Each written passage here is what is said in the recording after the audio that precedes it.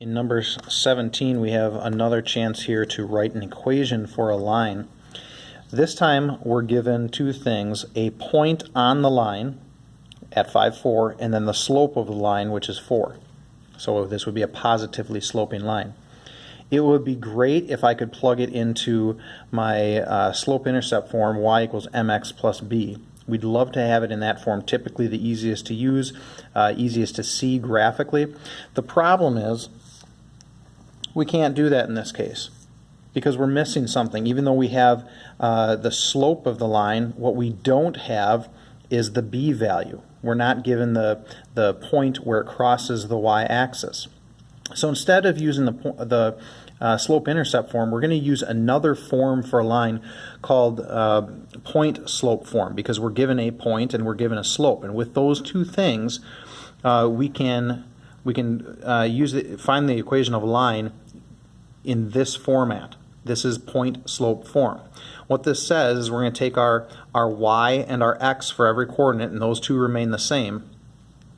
But we're going to take y minus a y that we know from a point. So the y that we know from a point is going to be this 4. And with that, we're going to set that equal to the slope, which we have, times x minus the x from a point that we know. Well, the x from a point that we know is 5. So we have all those different items, and we can plug them in. So this y stays the same, this x stays the same. I can bring my equal sign down, and then fill in what we know for these three other variables. The y that we know is 4. The x that we know is 5, so let's plug that in here, subtracting 5. The only thing that we need to plug in yet is our slope, and our slope there, our m value is 4.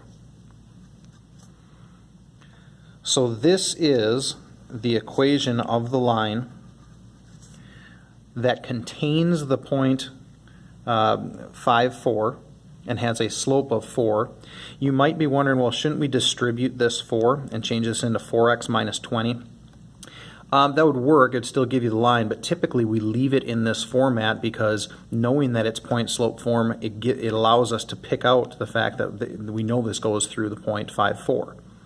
Now, if I was to double check this, if I wasn't sure, I'd go to use my online calculator like Desmos, or use a graphing calculator. And when I do that, I don't know how well you can see that, but I plugged in y minus 4 equals 4 times x minus 5. I see the equation, or I see that line that's now graphed. And the other thing I can double check, I've got a point here at 5,4, and when I do that, oh look, the line goes through that point like we would expect it to.